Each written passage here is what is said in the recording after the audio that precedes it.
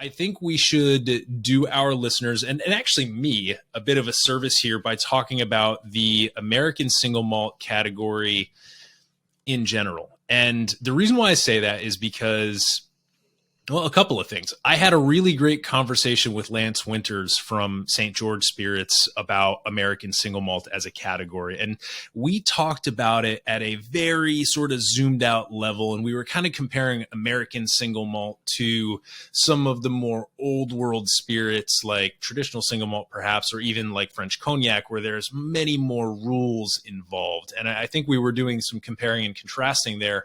But I'd like to actually dig in a little bit more. Like, what is American single malt? Like, who's making it? How is it different from bourbon? Like, these are some of the questions that I think it would be great to address for our listeners before we talk about Del Bach in particular. Yeah, definitely. So American single malt.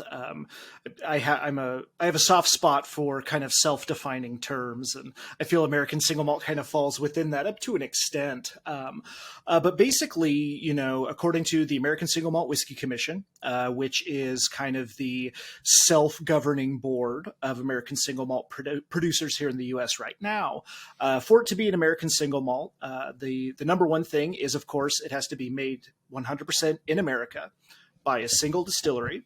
It has to have a 100% malted barley base. For those people who are big into whiskey production, it then kind of follows a lot of the traditional American styles of production. It has to come off of your still at 160 proof or below, go into barrels at 125 proof or below. One of the ways, probably one of the biggest ways that we actually break with the other traditional American styles is you don't have to go into brand new oak. And I think one thing we'll talk a little bit about is that is kind of how you will see people start to branch off and really start to make their own impact on the area of American single malt whiskey. Because, what I'll always tell people when they'll come in is, we have 4 ingredients.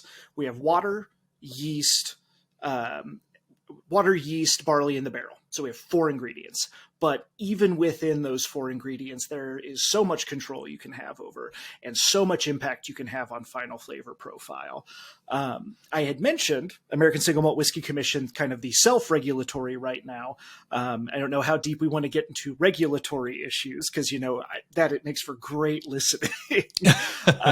But the TTB, which is our regulatory body for distilleries, is in the process of recognizing American single malt whiskey as an actual recognized designation here in the U.S.